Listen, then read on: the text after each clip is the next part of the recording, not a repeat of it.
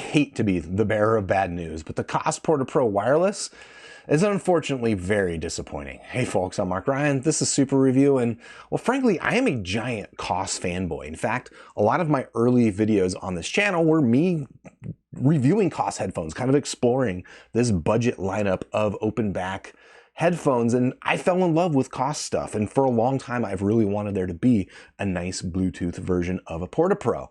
Now, okay, they did try to make a Bluetooth version a couple of years ago that had a wire. That was not going to cut it. But this new updated version has no wires. And frankly, in a lot of ways, it does everything just about perfect.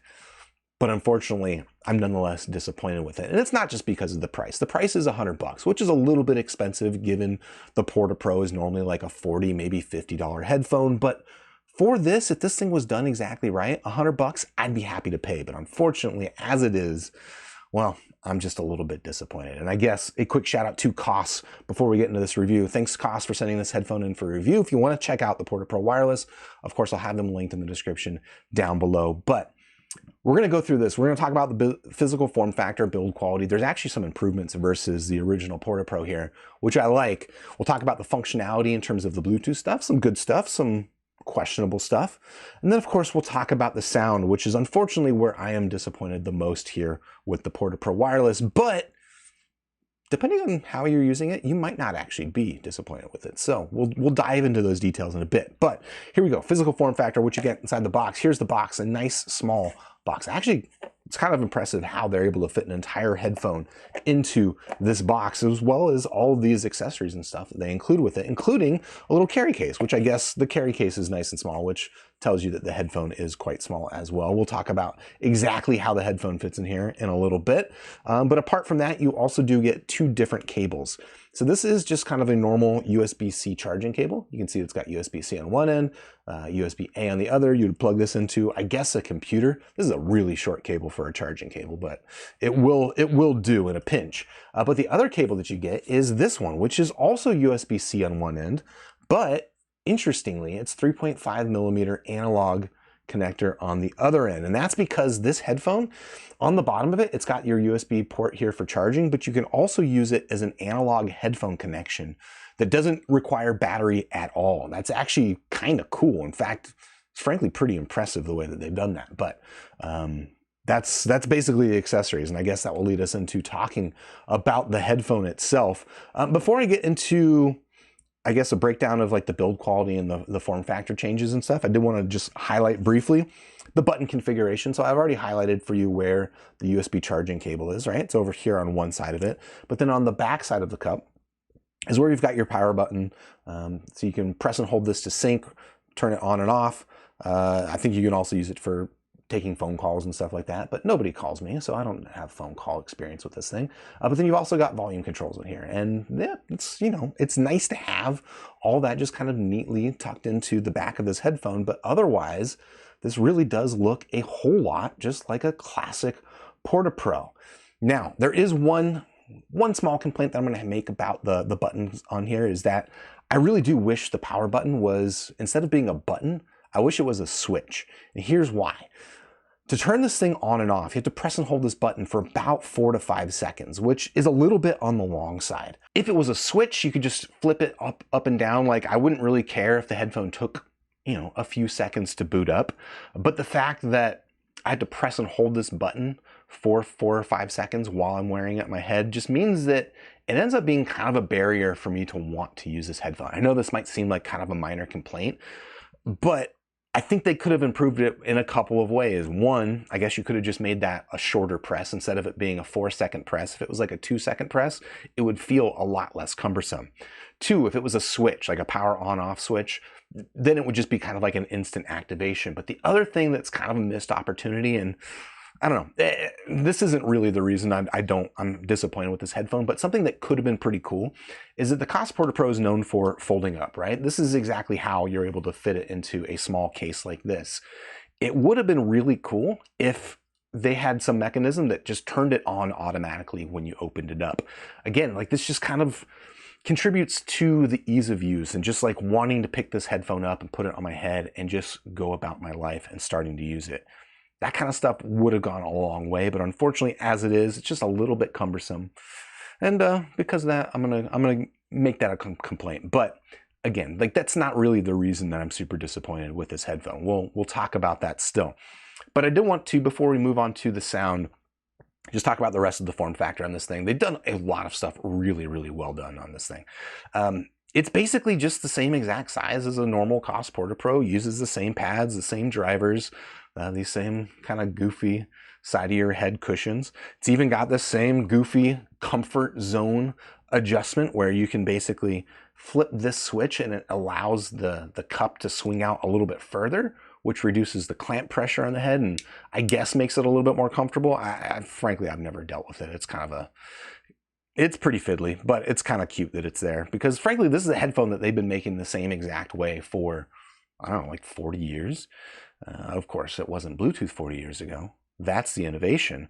But in terms of the rest of the functionality and form factor, it's pretty much unchanged. The one thing that is changed for a reason, for a good reason, and it also has like kind of like some knock-on benefits. So that's this headband is quite a bit different than the headband that you get on the original Porta Pro. Instead of it being like the stock Porta Pro, instead of having two bands that run across like this, it's just one single band. Now, the reason they've done that is that they can have all of the audio electronics and stuff going into this headphone, and they actually transmit audio from one speaker to the other over this headband as a wire, which I think is actually a really clever solution. I like that. But the knock-on benefit of it is that it actually gives this a little bit more structure and a little bit more firmness versus the original Porta Pro. If you've used the original Porta Pro, you know that it's just kind of like a cheap, plasticky feeling headphone.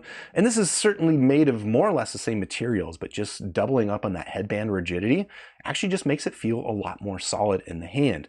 There's another benefit too is that this headband is pretty well known for pinching your hair. You can see that there's a little bit of a gap in there, right? And then as you adjust the headband, a lot of people end up with this thing, pulling on their hairs if they do this while they're wearing the headband. And that was super common because the headband on the original Porta Pro, it will, you adjust it to your size and then it will just kind of like automatically shrink back down to its smallest size when you take it off your head. But here with this updated design, it actually holds its size a lot better to the point that, frankly, I never had to deal with it. I've never had this thing pull my hair because I'm just not adjusting it while I'm wearing it on my head. And it ends up being kind of a nice little upgrade. Anything else to talk about form factor? Let me check my notes real quick, but I don't think so. I think mostly we can talk a little bit about functionality before we talk about sound. Okay, so just some quick notes on the functionality. So of course, this is Bluetooth, it's wireless. It's got battery in it and actually got pretty good battery life. Given how small and compact this thing is, you still get 20 hours of claimed battery life. That's frankly pretty impressive. Another thing that's really nice about this is that it supports multi-point pairing. So I can pair this thing to my phone and I can pair it to my computer and it pretty seamlessly switches between them depending on which source is playing audio. Now you can't listen to both at the same time. That's not usually how multi-point works, but you can, if you're listening on your computer and then you stop using your computer, you switch over to your phone, listen to a podcast, this thing it switches over nice and conveniently. And I dig that. Again, and it's also got like a microphone inside of it. So you could use this thing for doing like conference calls and stuff on your computer. It's actually a pretty nice use for this thing. Again, it just kind of makes me wish that it was a little bit more pick up and play with a quicker power on, but nonetheless, pretty happy with that. The other thing I did want to mention briefly, and I kind of already alluded to this a bit, but this here is the USB cable for charging, but it also supports this analog cable. And what's kind of cool is that it does not require battery at all. So when you connect it like this, even though it is a USB-C connection, it's actually just a traditional analog audio. So you don't need any power, you don't need any battery life in this thing, and you can plug this thing into your digital audio player, your laptop, or even your phone if your phone's still got one of those old-fashioned 3.5mm ports on it, and just use this as a normal stock Porta Pro. I think that's actually pretty stinking cool. Now, that's going to get us into talking about the sound, and that's where this thing actually works really well as a stock Porta Pro because, thankfully, they haven't changed the sound. In fact, let me pull up the frequency response graph that I've measured here of the Porta Pro Wireless, and then I'm going to switch over to my frequency response measurement of an original Porta Pro.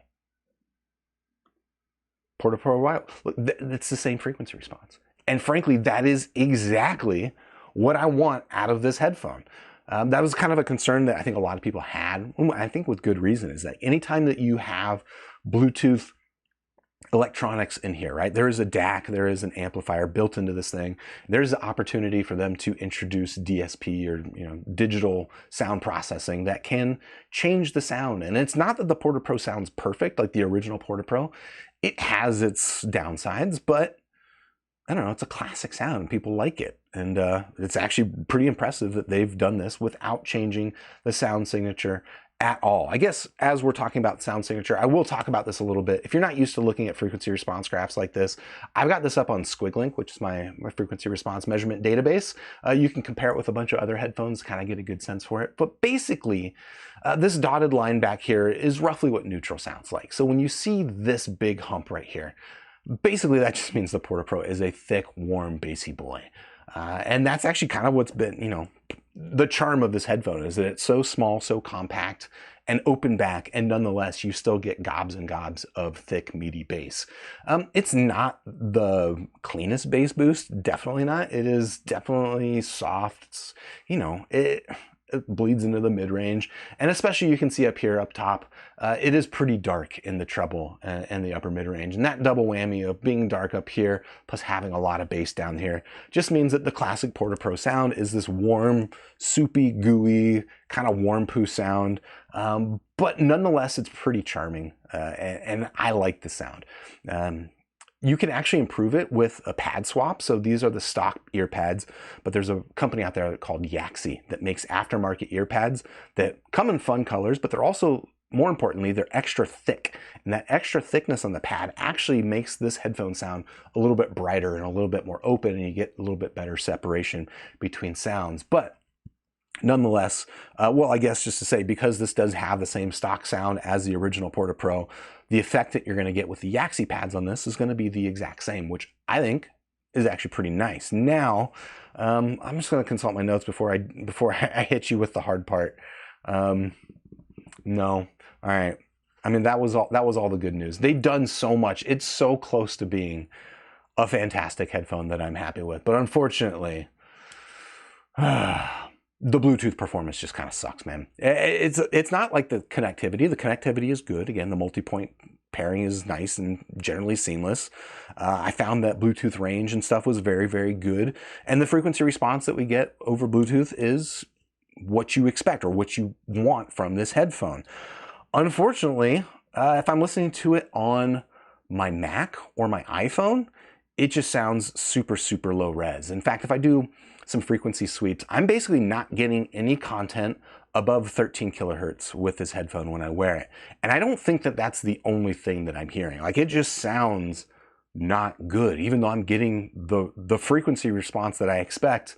It sounds noticeably bad versus listening to it wired, or even listening to it on an Android device. I do get a little bit better performance. I would say on an Android device versus a wire, there's maybe still a little bit of a degradation in the sound quality, but it's pretty close. But unfortunately, I don't know why it is. If I use an iPhone or an iMac or my MacBook, I've tried it on 2 different Macs. The sound quality just goes to crap, and I don't like it. It's not fun to listen to. And frankly, that is super disappointing. And it's actually the reason that this review is so late. I've had these headphones around since I don't want to say September. And I ran into that problem very quickly, and I kept trying to debug it, trying to solve it. Can I fix the audio quality? I reached out to Koss. Unfortunately, it didn't seem like a problem that they were familiar with, which was really confusing to me. So I don't know, I just gave it more time. I was hoping maybe there'd be a firmware update or something like that. It's been months at this point.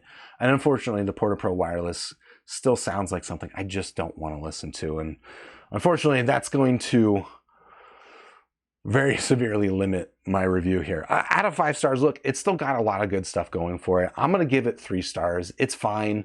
And maybe if you're listening to this on an Android device or a Windows device, I haven't tested on Windows, so I don't know what the performance is going to be like. So, take this with a grain of salt. And in fact, I don't even know if every Android device is going to give me slightly better performance that I got out of the Pixel 4 XL that I've got on hand to compare with. But I don't know, there's a chance that this thing will sound fine for you. But there's also a chance that if you're like me and use Apple products, it's just going to sound really super disappointing. And well, that's unfortunately why I'm just not very enthusiastic about this headphone, while I probably should be. That said, if you want to check it out for yourself, of course, I've got it linked in the description down below. And while you're down there, if you haven't already, please do hit the like button, subscribe to the channel, ding the YouTube bell, join me on Discord to commiserate with me on this just sad disappointment of the Porta Pro Wireless. And I'll catch you in the next super review. Cheers.